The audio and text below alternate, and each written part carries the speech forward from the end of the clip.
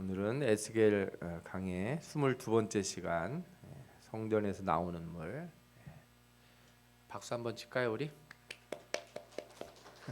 오늘이 에스겔서 마지막 시간입니다. 좋죠? 어떻게 하다 보니 에스겔서를 끝까지 다 보게 됐습니다. 나중에 또 기회가 되면 에스겔서를 좀 더 깊이 있게 한 번 더 다룰 기회가 있었으면 좋겠습니다. 오늘은 제가 일부러 마지막 시간에 어떤 주제를 할까 이렇게 살펴보다가 성전에서 흐르는 물이 나오는 이 47장을 잡았습니다. 끝장이 아니에요. 끝장이 아닌데 이 장이 가장 좋은 주제다 이렇게 생각해서 좀 잡았어요. 주요 내용을 좀 살펴볼 건데 먼저 이스라엘을 좀 지형도를 알면 좀 이해하는 데 도움이 될 것 같습니다. 그래서 이스라엘이라고 하는 나라 우리가 좀 여러 가지 모습으로 좀 살펴보면서 물이 흐른다는 게 어떤 의미인가, 물이 흘러서 어디로 간다는 얘기인가, 바다가 살아난다는데 어떤 바다가 살아난다는 건가, 이런 것들을 좀 살펴볼 거고, 그다음에 성전에서 흐르는 물, 이 물이라고 하는 것의 이미지가 무엇인지, 그죠? 그리고 이 흘러내리는 물이 어떤 능력을 가지고 어떤 일을 하게 되는지를 살펴볼 것이고, 또 이것이 종말론적인 의미를 또 품고 있어요. 그것도 마저 보고, 마지막으로 그래서 우리는 뭘 어떻게 하라는 것인가, 어떻게 살 것인가, 여기까지 한번 나가보도록 하겠습니다. 그림이 잘 보이시는지 모르겠어요. 뭐 글자를 자세히 알 필요는 없어요. 제가 이스라엘 지형 단면도를 이렇게 그려놨는데 이스라엘이 좀 특이해요.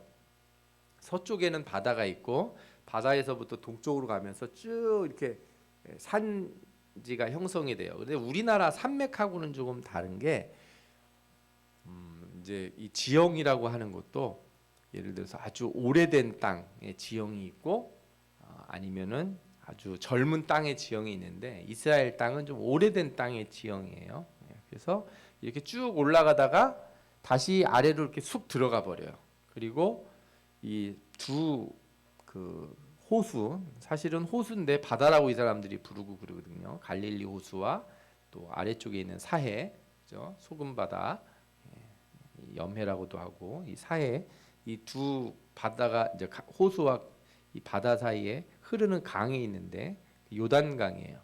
그 부분은 되게 지대가 낮아요. 얼마나 낮냐? 바다보다 더 낮아요. 바다보다 더 낮아요. 그리고 다시 동쪽으로 가면은 이렇게 경사가 올라가서 이렇게 솟구치게 돼 있어요. 그러니까 이제 물이 흐른다 그러면은 우리 흘러서 갈 수 있는 곳이 두 군데죠. 하나는 저 바다 쪽, 지중해 바다 쪽으로 흐르든지 서쪽으로, 아니면은 이 사해 있는 쪽으로 흐르든지 둘 중에 하나인 거예요. 그런데 뭐 우리가 생각하는 것처럼 그렇게 경사가 높은 건 아니에요. 예루살렘 해발 고도가 한 800m쯤 된다고 그래요. 800m면은 여러분들이 관악산 아시죠? 관악산, 서울에 관악산이 한 800m쯤 되는 것 같아요. 그 서울 주변에 있는 산들의 대부분 좀 높다 싶은 산이 한 800m쯤 돼요. 우리나라에서는 1000m 넘는 산이 그렇게 많지 않아서 저기 강원도나 가야, 예를 들어 대관령 근처 가면 800m 되고 대관령 그 고개가 그 정도 높이쯤 된다 이렇게 생각하시면 돼요. 그리고서 이렇게 탁 꺾어지는 거죠. 이쪽에 이렇게 예루살렘 주변의 단면도라고 할 수 있어요. 좀 더 자세히 그려놓은 건데 이거는 예루살렘 주변으로 딱 한정을 해놓은 거예요. 예루살렘 성 있는 주변에는 그 왼쪽에 보면은 서쪽에 벤 흰놈의 골짜기가 있죠. 흰놈의 골짜기라고 부르는, 그죠?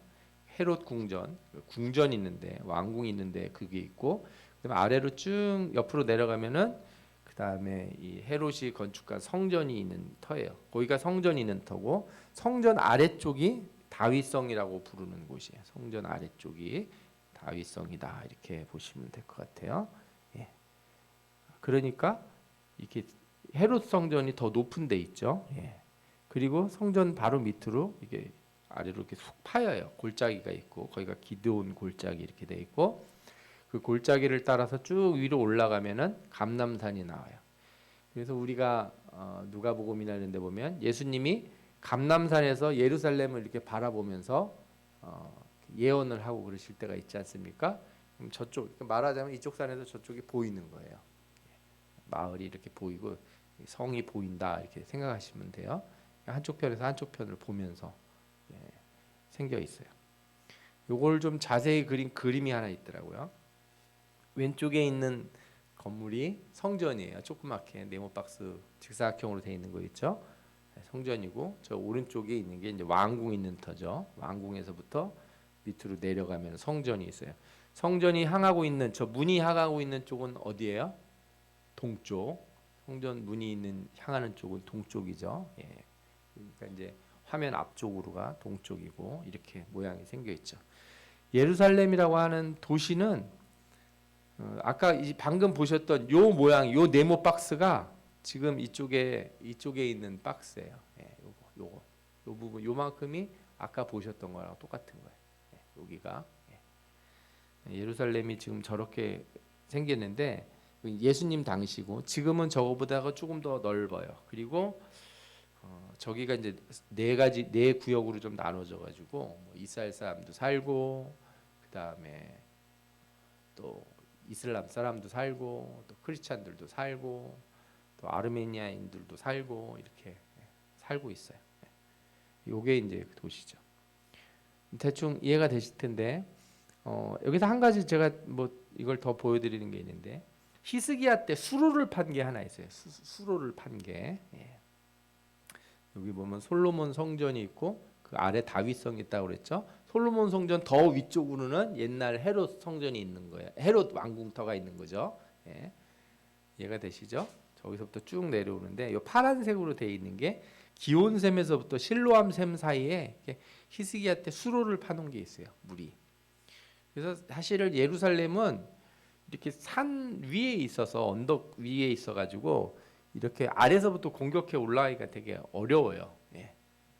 포위 같은 것만 주로 하고 물을 이렇게 막으면은 사실은 물을 길러오기 어려울지 몰랐는데 히스기야 때 저렇게 수로를 팠기 때문에 물이 안에 있다 이런 게 있어요. 그러니까 예를 들어 성전에서 물이 흐르면 어디로 흐르겠습니까? 동쪽으로 흐른다고 그래도 실제로는 동쪽 편으로 흐르는 게 아니고 그죠? 예. 남쪽으로도 이렇게 흘러내리겠죠. 예. 동쪽에서 흘러서 남쪽으로 아마 이렇게 흘러내려갈 것 같아요. 예. 그래서 그 진짜 사진 최근의 사진을 봤어요. 예. 항공 사진인데 저 성전산이라고 하는데 지금은 이제 성전이 안 남아 있죠. 성전이 안 남아 있고 저기 이제 모스크 같은 게 있는 것 같아요. 이슬람 사원 같은 게. 예. 그래서 저 다윗선 성이 있는데 제가 알아본 바로는 이제 제3성전이라고 그래서 세대주의자들 뭐 아니면 이제 뭐 백투더 예루살렘 이런 거 주장하시는 사람들이 저기에다가 성전을 짓고 싶어 하는 것 같아요. 저 땅이 아직은 이스라엘 사람들 땅이 아니에요. 온전하게 요르단 땅이에요. 그래가지고 저기에 이스라엘이 이렇게 와가지고 성전을 짓는다 하면 아마 큰 싸움이 날 거예요. 아마. 실제로 건물을 지으면. 그래서 이제 대충 이런 감각을 좀 가지시면 성전에서 물이 흘러내린다 그러면 아마 저 감람산하고 그죠? 성전 사이에 그 계곡이 있잖아요. 골짜기로다가 물이 흘러내려서 저 기드온 골짜기를 따라서 흘러내려가겠죠. 다윗성 옆쪽으로다가 그죠? 그리고 쭉 이렇게 아래로 내려갈 것 같아요. 그래서 제가 보여드리는 게 말씀을 읽으면 저게 그냥 평지에 우리 교회 같은 게 평지에 딱 있는데 이게 물이 쭉 한 방향으로 쭉 이렇게 흘러가는 게 아니다. 예. 실제는 저런 모양을 가지고 있으니까 약간 이렇게 구체적인 이미지를 좀 가지셨으면 좋겠다. 그래서 나중에 한번 기회가 되시면은 여러분들 더 나이 먹어서 걷기 어려우시기 전에 그죠? 한번 이스라엘을 갔다 오시는 것도 좋은 경험일 것 같아요. 사실 좀 안타까운 거는 뭐냐하면 캐톨릭이 오랫동안 이제 로마 캐톨릭이 또 개신교도 마찬가지죠. 교회 같은 걸 많이 지어놨어요. 소위 말해서 우리나라도 무슨 유적지 가면은 뭐 있지 않습니까? 우리나라는 주로 좋은 자리에는 절이 있잖아요. 똑같은 방식으로 뭔가 이렇게 이야기가 있는 곳에는 교회를 성당을 많이 지어놨죠. 교회라기보다 성당을. 예. 그리고 그래서 또 거기 가면 또 뭐 사진 찍고 또 물건도 사고 막 이렇게 약간 관광화돼 있는 거예요. 왜냐하면 유대인들은 안 믿으니까. 유대인은 믿지 않거든요. 그죠? 예. 그래서 저는 좀 약간은 좀 그 지형을 좀 알고 분위기를 알기 위해서 가볼 필요는 있는데 너무 그 장소에 집착할 필요는 없다고 생각해요. 실제 그 장소인지도 확실치 않아요. 그런 경우도 있으니까 그렇죠? 너무 그런 거에 몰입할 필요는 없을 것 같다.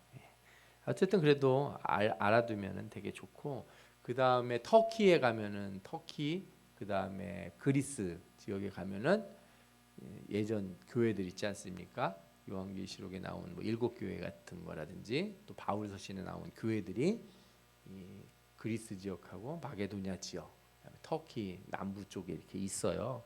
거기도 가시면 볼 수 있는데 어떤 도시들은 거의 사멸했어요. 터만 남아 있기도 하고 실제로는 사람들이 잘 많이 안 사는 도시도 있고 뭐 아니면 고린도 같은 도시는 이제 지금도 엄청 큰 도시로서 이렇게 되어 있기도 하고 그래서 그런 데를 한번 기회가 되시면은 이렇게 같이 가면 좋지 않을까 하는 생각도 듭니다. 예. 자, 오늘 말씀에 나오는 내용을 좀 살펴보면은 아까 우리가 읽은 본문에서 보았다시피 동쪽 문에서부터 이렇게 물이 막 흘러나와요. 문지방에서 물이 새 나오는 거죠. 요즘 이렇게 만약에 건물을 지으면은 부실공사로다가 이렇게 얘기 나올 텐데 그게 아니라 문 밑에 이 문지방에서부터 물이 이렇게 흘러내리는 거예요. 그리고 이게 이제 성전 안쪽에서 우리가 지난번에 보셨잖아요. 이게 외곽 테두리가 있고 안에 성전이 있잖아요. 성전 안쪽에서는 동쪽에서 나와서 남쪽으로 이렇게 흘러내려가는데 북문으로 나가서 바깥에 이 외곽으로 가서 보면은 동문에서 물이 흘러나오기 시작한다는 거예요. 동쪽 문에서.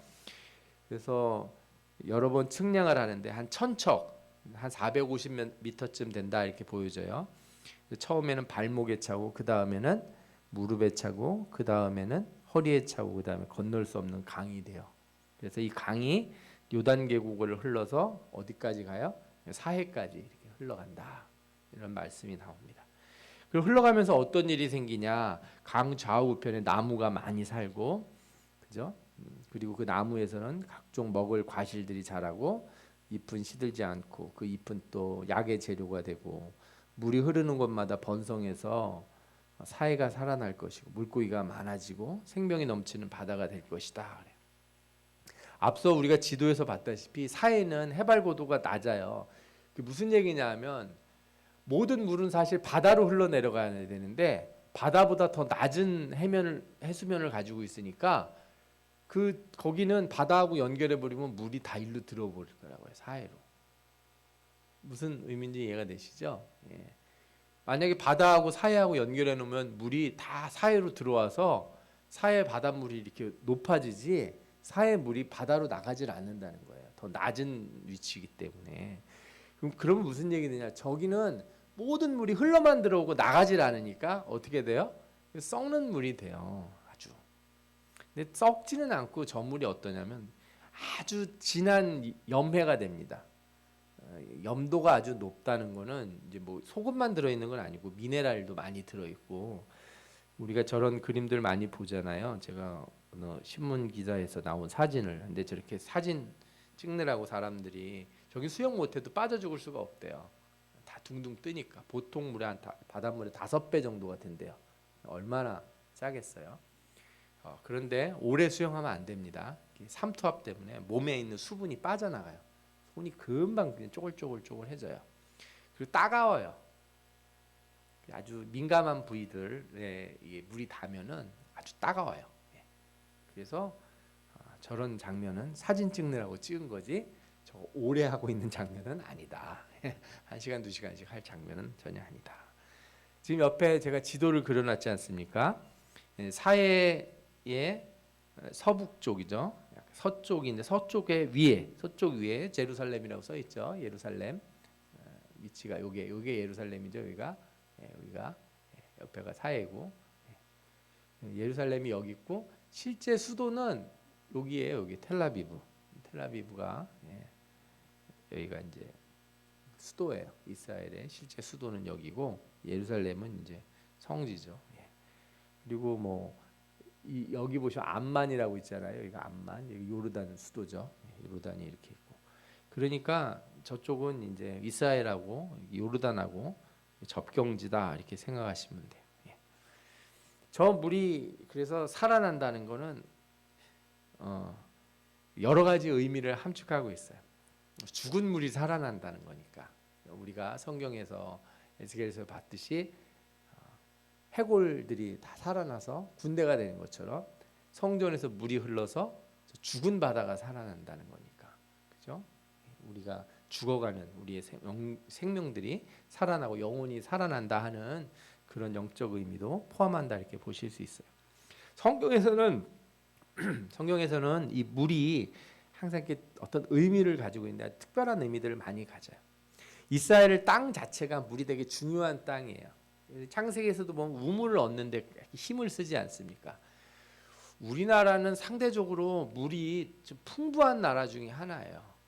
우리나라는 그 서울에 흐르는 강만 해도 여러분들이 외국에 나가서 보시면 그렇게 넓은 강을 보는 일이 드물어요. 강폭이 그렇게 넓은 큰 강이 그 수도 한복판을 그렇게 흐른다? 거의 그런 강은 많지 않아요.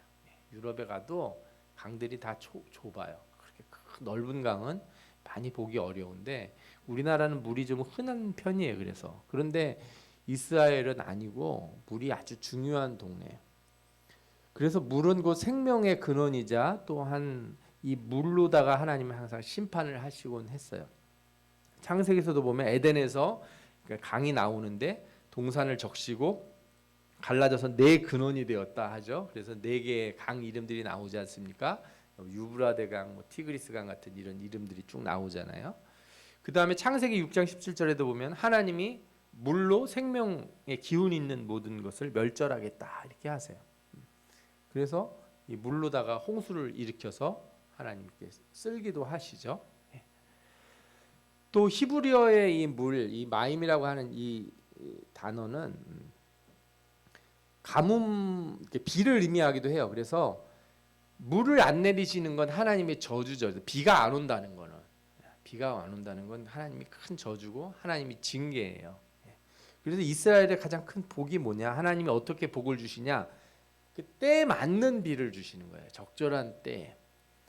뭐 몇 번 말씀드렸지만 저기 기후가 우리나라하고 좀 달라서 여름에는 건조하고 비가 안 오고요. 겨울에는 이렇게 비가 많이 오고 덜 추워요. 눈 내리고 막 이런 동네가 아니에요. 막 영하로 떨어지고 막 이런 동네가 아니고 좀 겨울에는 비가 부슬부슬 오고 그냥 이렇게 우리 한 11월 달 같은 느낌? 뭐 그렇게 생각하시면 좋을 것 같아요. 그리고 여름에는 건조하고 비가 잘 안 오고 그래요. 그래서 그 비가 오는 그 기간 동안에 또 비가 내리지 않는 기간 동안에 자라는 곡식 작물들이 달라요. 제때제때 비가 내려야 곡물들이 잘 자라요. 예를 들어서 우리는 별로 그런 과일들을 안 먹는데 무화과라든지 뭐 우리 올리브 이런 거, 그 다음에 또 포도 이런 거 있죠. 포도가 이 동네가 좋아요. 우리나라 포도하고는 질이 달라요. 이 동네 포도가 요즘은 그래도 우리가 품종 개량이 돼서 맛있는 포도들을 먹지만 우리나라 옛날 전통 포도, 옛날 많이 먹던 캠벨이라고 있잖아요. 타닥타닥 붙어 있는 거. 포도는 이게 바람이 불면 꽃이 잘 떨어집니다. 그래서 이 품종을 이렇게 개량을 해가지고 꽃이 안 떨어지게 만든 거예요. 그래서 포도 알이 타닥타닥 붙은 거예요. 원래 비싼 포도는 포도 알이 다 이렇게 덜렁덜렁덜렁해요. 외국에서 수입된 포도 보시면 다 덜렁덜렁하죠. 당도가 훨씬 높아요. 원래 포도들이 그런 포도들이 포도주 만들 때도 쓰고 그래서 좋아요. 하여튼 이런 것들이 이 지형에서 나오는데 하나님이 비를 제때 주셔야지만 된다. 이런 의미들을 가지고 있는 거죠. 또 성경에서는 물이 지혜를 의미하기도 해요. 물이 없다는 것은 지혜가 없다는 것이고 수치를 당한다. 물이 없는 곳으로 가지 마라. 이런 얘기들 많이 성경에 나오거든요. 이사야서 11장 9절에 보면 물이 바다를 덮음 같이 여호와를 아는 지식이 세상에 충만할 것임이라 이런 말씀이 나와요. 이런 의미를 보면 이 물에 이런 지혜의 의미가 있고, 또 한 가지 이사야서 1장 29절 30절에도 보면 이런 말씀이 나와요. 너희가 기뻐하던 상수리 나무로 말미암아 너희가 부끄러움을 당할 것이요 너희가 택한 동산으로 말미암아 수치를 당할 것이며 너희는 잎사귀 마른 상수리 나무 같을 것이요 물 없는 동산 같을 것이니, 이렇게 나오죠. 이게 무슨 뜻이에요? 물이 모자라는 나무, 물이 없어서 마르는 나무, 물이 없어서 이렇게 말라버린 동산, 이 자체가 뭐예요? 지혜가 없다는 거예요. 하나님을 아는 지식이 없고, 그래서 이것이 이런 곳에 가면 수치를 당한다. 다른 것을 의지하지 말라. 이렇게 이야기하실 때 이런 말씀을 쓰셨어요. 또 성경에 나오는 물의 의미들 중에는 이 신약에 오면은 이제 세례와 성찬의 의미가 이 물에 좀 나오는데, 주로 이것은 고린도전서에 나온 이 말씀으로 우리가 많이 알 수 있어요. 베드로전서에도 비슷한 말씀이 있긴 한데, 이스라엘 백성들이 애굽에서 나와서 이렇게 홍해 바다를 건너가지 않습니까?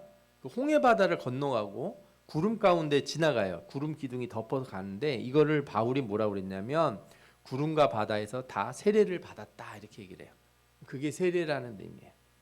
그리고 다 같은 신령한 음식을 먹었다 마셨다 이렇게 했는데, 신령한 음식은 뭐냐면 만나를 의미하는 거고, 예수님의 살과 같다고 생각하시면 되고, 다 같이 신령한 음료를 마셨는데, 이게 전하는 바에 따르면 이스라엘 사람들이 이 광야를 다닐 때 커다란 바위가 굴러다녔대요. 쫓아다녔대요. 그리고 그 바위를 치면 물이 나왔다, 이런 얘기가 있어요. 그래서 그 따라다니는 그 반석, 신령한 반석이 누구다? 예수 그리스도다. 그 반석에서부터 나오는 물을 마셨다.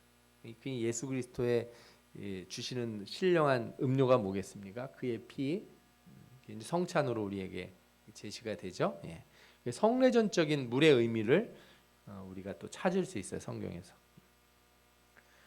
그리고 이 성전에서 흐르는 물은 생명을 살리고 새롭게 하시는 역사라는 걸 우리가 에스겔서에서 읽었지 않습니까? 그 흘러내리는 물로 그 바다의 물이 되살아나리라. 또 그 물이 흘러 들어감으로 바닷물이 되살아나겠고 그 강이 이르는 각처의 모든 것이 살 것이다, 이렇게 얘기하지 않습니까? 이 성전에서 흐르는 물, 이것은 곧 예수 그리스도를 통하여 나타나실 은혜, 성령의 역사를 의미하기도 해요. 예수 그리스도가 성전이 되시니까 요한복음 7장 37절에서 39절 사이에 보면 누구든지 목마르거든 내게로 와서 마시라, 이렇게 말씀하면서 그를 믿는 자들에게 받을 성령을 가리켜서 하신 말씀이다, 이런 뜻이 있어요. 성전에서 흐르는 물이라고 하는 게 사람을 살리는 능력이 있다는 거죠. 에스겔이 본 환상이라고 하는 것은 그냥 단순히 성전에서 물이 흘러나오는 게 아니라 그 물로 말미암아 사람이 살아나고 영혼이 살아난다는 것을 의미하는 거죠. 특별히 오늘 말씀에 보면 성전에서 이 흐르는 물은 강이 되어서 열매를 맺게 합니다. 강 좌우 가에는 각종 먹을 과실나무가 자라서 그 잎이 시들지 아니하고 열매가 끊이지 아니하고 달마다 새 열매를 맺는다, 이렇게 돼 있어요. 여러분들 하나님에게서 하나님의 나라 예수 그리스도를 통해서 은혜가 우리에게 주어지고 아니면은 우리가 성령을 받고 이렇게 되면은 그때 무엇이 일어나야 되겠어요? 열매 맺음이 있어야 되는 거예요. 은혜가 강같이 흐른다. 은혜의 강가에 우리가 심기어지면 반드시 뭐가 돼야 돼요? 열매를 맺어야죠. 그게 중요한 거예요. 살아나는 게 중요한 게 아니고 살아났으면 살아난 증거가 나타나야 되잖아요. 예를 들어서 우리가 에스겔서에서 보면 해골뼈가 다 살아났잖아요. 하나님의 말씀으로 살아났어요. 군대가 됐어요. 근데 군대가 돼서 뭘 하냐 그랬더니 그냥 놀고 있어. 아무것도 안 하고. 그러라고 살린 건 아니잖아요. 우리가 이게 은혜의 강물이 넘치기를 원합니다. 하나님의 그 능력의 그 은혜, 그죠? 성령의 역사가 우리 가운데 일어나기를 원합니다. 일어나면 뭐 하시려고? 뭐 하시려고 그러냐 이거예요. 이게 우리가 항상 이제 질문해야 될 바예요. 나는 하나님이 나를 도와주신다면 뭘 할 거냐 이거예요. 기도할 때 그렇게 기도해야지. 예를 들어 학생들도 뭐 좋은 일 있게 해달라고 기도할 수 있잖아요. 그 좋아요. 다 기도해야 돼. 그러면 그 좋은 일이 있어서 뭐 할 건데? 그걸 하나님 앞에 약속을 해야지. 그런 결단이 있어야 그 기도하는 의미가 있는 거예요. 그냥 좋은 거죠 뭐. 그래 버리면은 그거는 좀 그 아이들이나 그렇게 기도하는 거야. 아이들이나 애기들이나 그냥 아무 이유가 없는 거예요. 좋으면 좋다고 뭐 이유를 모르고 막 아무 말이나 할 수 있으니까. 또 어른이 되면은 하나님 내게 꿈을 주시고 비전을 주시고 그죠? 네. 나에게 은혜의 강물 가운데 제가 거하게 하여 주옵소서. 막 이렇게 발목까지가 아니라 그냥 내 몸이 온전히 그냥 차여서 움직일 수 없을 정도의 그런 은혜가 내게 임하기를 원합니다. 하나님이 은혜를 부어 주셨으면 성경에는 다 뭐라고 그래요? 강 좌우 가에는 다 열매를 맺는 나무들이 있다는 거예요. 나만 열매 안 맺고 거기서 뻔뻔하게 물만 쪽쪽 빨아먹고 있으면은 안 되잖아요. 그래서 항상 열매를 맺어야 돼. 아까도 말씀드린 것처럼 이 성전에서 흐르는 물이 성령의 의미를 갖는다고 얘기하지 않았습니까? 그래서 성령의 열매가 뭐예요? 사랑과 희락과 화평과 오래 참음과 자비와 양선과 충성과 온유와 절제니 이런 것을 금지할 법이 없느니라.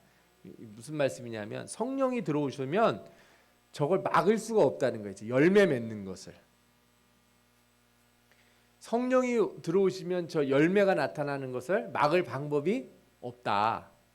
그럼 거꾸로 얘기하면 뭐예요? 열매가 안 나타난다는 것은 성령의 역사가 나한테 없다는 얘기가 되는 거고 내가 성령의 역사를 거부한다는 얘기가 되잖아요. 성령이 내 안에서 역사하시면 반드시 좋은 열매를 맺는다. 예. 여러분들이 성령의 순종하심으로 열매를 맺으시기 바랍니다. 예.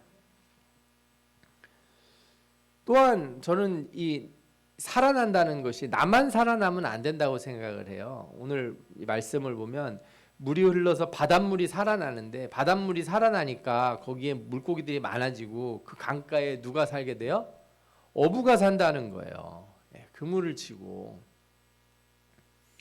그리고 그 열매는 먹을 만하고 잎사귀는 약재료가 된다는 거죠. 남을 살리는 재료가 되는 거예요. 그러니까 예를 들어서 우리가 하나님의 은혜로 내가 살아나면 그 다음엔 나도 뭘 어떻게 해야 돼요? 나도 남을 살리는 사람이 돼야죠. 그게 열매예요. 앞서서 성령의 열매라고 얘기한 거 이게 나 좋은 열매가 아니고 남을 살리는 열매라 이거죠. 사랑의 열매는 남을 사랑하는 거잖아요. 뭐 희락도 화평 다 마찬가지니까. 말을 뭐 길게 안 해도 다 알아들으실 거라고 저는 믿습니다.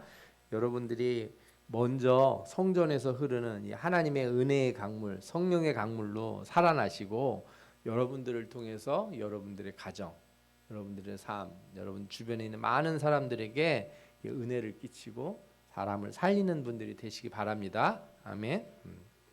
이 성전에서 흐르는 물은 또 한 가지 중요한 표상이 있는데 그거는 종말론적인 표상이에요. 말세에 대한 표상이라는 거죠. 이 가장 비슷한 말씀이 계시록에 나와요. 22장 1절 2절인데 한번 읽어볼까요? 우리 같이. 또 그가 수정같이 맑은 생명수의 강을 내게 보이니 하나님과 및 어린 양의 보좌로부터 나와서 길 가운데로 흐르더라. 강 좌우에 생명나무가 있어 12가지 열매를 맺되 달마다 그 열매를 맺고 그 나무 잎사귀들은 만국을 치료하기 위하여 있더라. 아멘. 그러니까 종말에는 하나님 나라에는 성전이 있다고 그랬습니까? 없다고 그랬습니까? 안 보인다고 그랬죠. 성전이 없어요. 왜? 누가 성전 되세요? 하나님과 예수 그리스도가 성전 되시니까. 그죠? 그럼 거기서부터 생수가 나오시는 거예요. 예수 그리스도의 보좌에서부터 생수가 나오고 그 생수의 주변에 생명나무들이 있는 거예요. 열매가 맺어요. 열매가 있으면 먹으라고 있는 거겠죠. 그럼 천국 가면 저걸 먹는 거예요. 예. 아무것도 안 먹고 천국에서는 뭐 천년만년 안 먹어도 산다 이렇게 생각하는 사람인데 제가 보기에는 먹는 게 자연스러운 것 같아요. 먹으라고 열매가 있으니까. 그죠? 그 다음에 잎사귀들이 있는데 만국을 치료하기 위해 있더라 하는 거예요. 그러니까 이제 뭐 혹시나 무슨 일이 있는지는 모르겠는데 하여튼 다 치료할 때 쓰고 고칠 때 쓸 수 있는 것들이 나타난다는 거죠. 그래서 이 성전에서 흐르는 물은 곧 말세에 있을 하나님의 나라의 모습도 보여준다. 우리가 깨달을 수 있어요. 그러니까 에스겔이 본 것은 단순히 이스라엘의 회복뿐만 보여주는 게 아니에요. 이스라엘 회복만 보여주는 게 아니고 이스라엘의 회복이 자신들의 변화만 일으키는 게 아니고 다른 여러 민족들도 다 살리는 것이고, 우리가 예언서 볼 때마다 깨달은 바가 있지 않습니까? 모든 민족들이 다 오게 되잖아요. 하나님의 성전으로 다 살아나는 거예요.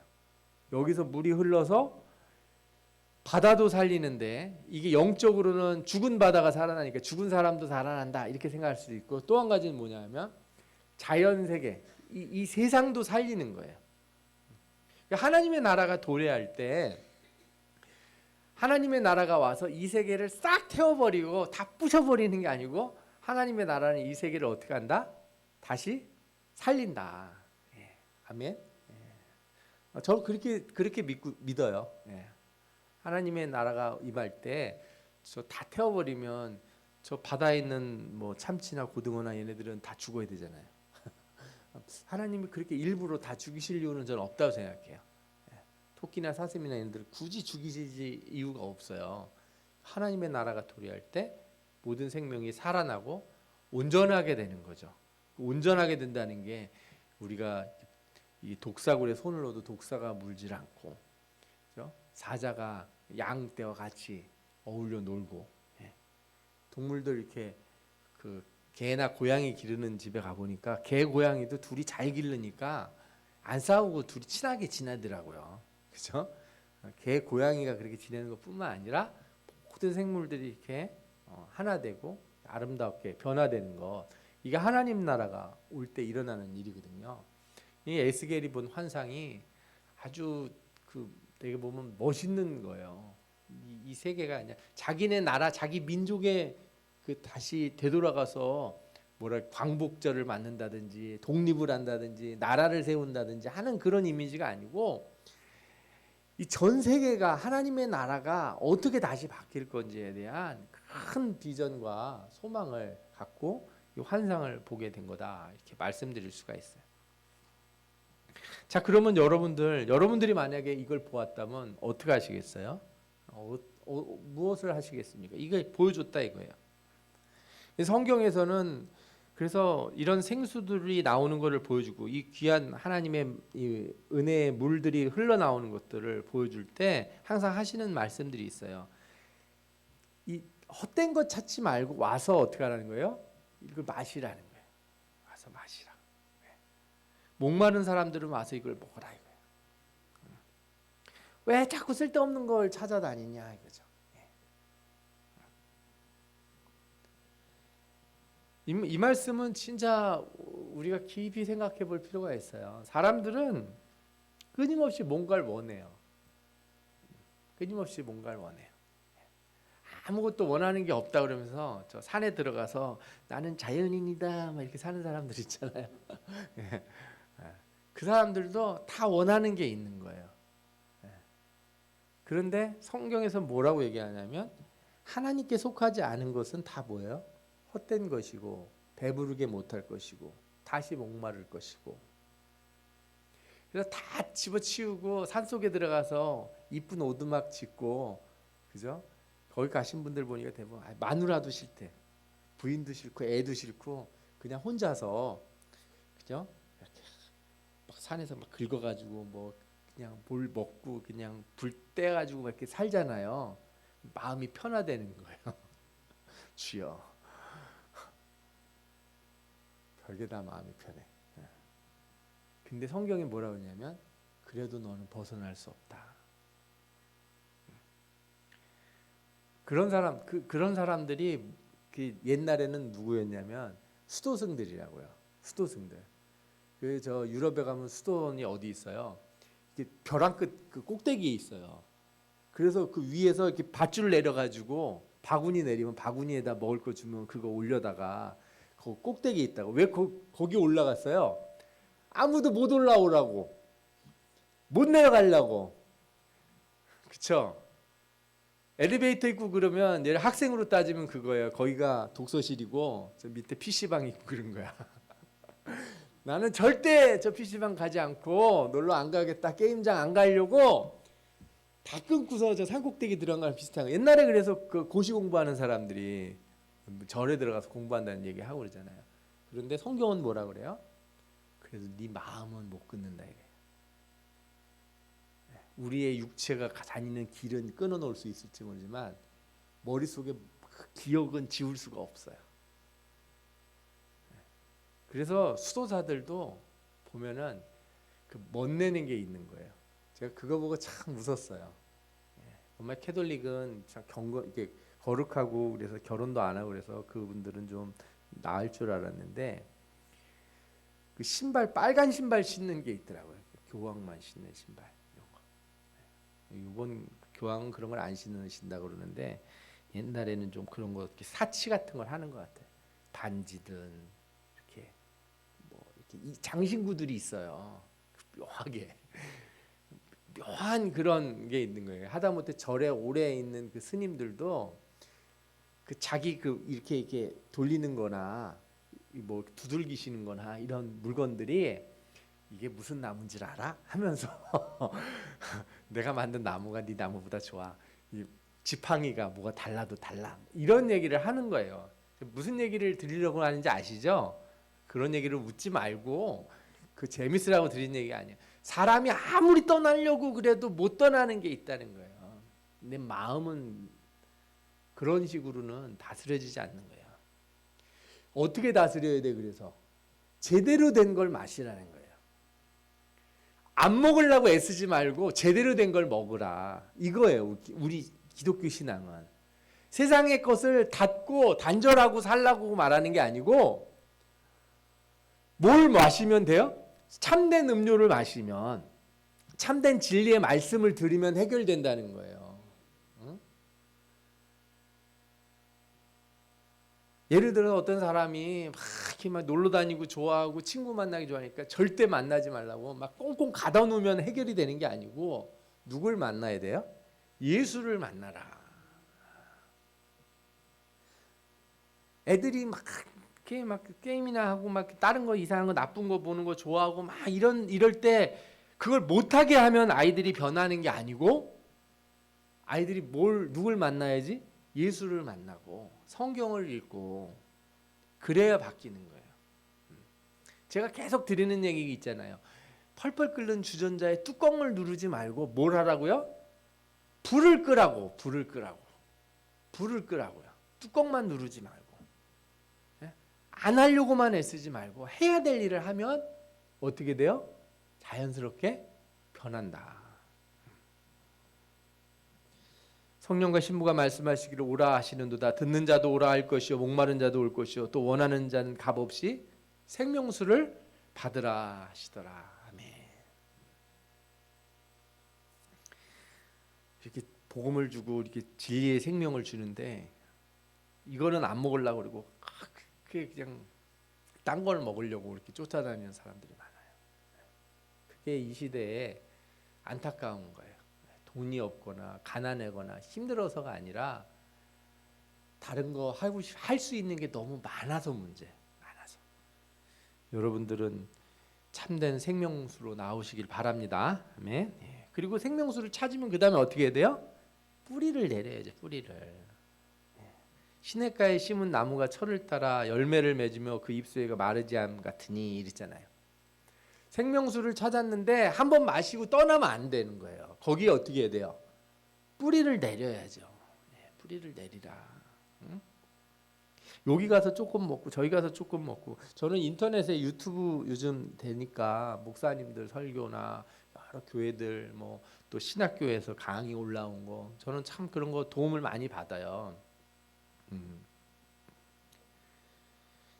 근데 제가 이제 학교에서도 그런 얘기를 하는데 수업을 듣고 그럴 때 어떤 교수님 수업 들으면 학생이 얼마나 건방진지 교수 평가를 해요. 저분은 뭐 비슷해요. 우리 신자들도 목사님들 설교 들으면서 다 평가를 하죠. 뭐 그거 어쩔 수 없어요. 저는 뭐 그러나 평가를 하더라도 한 사람 거를 좀 쭉 들어봤으면 좋겠어요. 어떤 목사님 설교를 듣고 내가 좀 어렵다, 좀 하고 내가 잘 소화하기 어렵다 그러면 한 개 듣고 딱 그분 설교 딱 한 번 듣고서 그런 소리는 하지 마시라고. 한 50번은 들으시라고. 1년치는 들어보시고 1년치 설교를 들어보시고 이분이 주로 어떤 설교를 하는지, 내가 오늘 들은 설교가 내 입맛에 탁 맞고, 그러면 어느 때는 하나도 안 맞고, 이분은 나하고는 멀어. 그건 정말 교만한 거 아니겠어요? 네. 학교 가서도 교수님들이 가르치고 그러는데 자기하고 안 맞는다는 거예요. 나는 그래서 되게 교만하다. 내가 잘 못 알아들으면 좀 겸손하게 좀 더 들어보고, 예? 여러분 잘 이해가 안 되면 좀 더 내가 엎드려서 좀 그 연구를 해보고, 그렇게 쭉 가보면은 그분이 왜 그런 말을 했는지 이렇게 알 수 있잖아요. 적어도 이단이 아니고 이상한 분이 아니라면 다 좋은 얘기를 한 거고, 그분의 어떤 신학적인 방향이 있으니까. 설교도 마찬가지거든요. 목사님들마다 다 나름의 이유가 있는 거예요. 그 설교의 틀이 있는 거고. 그럼 좀 많이 듣고 보고 그래야지. 무슨 얘기를 하려고 그러는 거예요? 좀 말씀에도 좀 뿌리를 내려보시라 이거예요. 뿌리를. 인스턴트 식품 골라 먹듯이 그러지 마시고 깊이 한번 발을 담궈 보시라 이거예요. 왜 수많은 교회가 있겠습니까? 만약에 효율적인 것만 따진다면 전 세계 설교 제일 잘하는 목사님 몇 분 모셔다가 방송국 세워가지고 다 인터넷으로 그 설교만 들으면 돼요. 교회 이렇게 많이 지을 필요가 없어요. 그잖아요. 딱 한 교회만 있으면 되지. 이거 주일날 빼고는 뭐 낮에 텅텅 비워놨는데 이렇게 비효율적인 건물이 어디 있어요? 세라도 주면 돈이라도 받지. 이런 소리 하는 사람들이 있다고요. 효율적인 것 따지고. 그렇게 생각하면 이 세상에서 제일 고등 생물이 뭐가 되냐? 아메바라고요. 단세포 동물. 사람 몸에는 수많은 기능이 있잖아요. 손가락이 있고 머리카락이 있고 귀가 있고 눈이 있고 코가 있고 다 기능이 다르잖아요. 교회가 이렇게 다 다른 이유가 있는 거예요. 다 여러 목회자들이 있는 이유가. 다 나름의 이유가 있을 수 있어요. 이단이 아니고 잘못된 길로 간 사람이 아니라면 하나님이 다 그 교회마다 예수 그리스도의 몸의 지체로서 맡긴 사명이 있기 때문에 우리가 그것을 무시하고 그렇게 다 획일화 시키는 건 안 돼요. 제가 옆으로 좀 많이 갔지만 다시 돌아오면 말씀을 듣고 생수를 찾으면 뿌리를 내리고 깊이 자라서 콩나물처럼 잠깐 물 몇 번 뿌려가지고 뽑아 먹으려고 그러지 말고 어떻게 하라고요? 큰 아름드리 나무가 되시라. 아멘.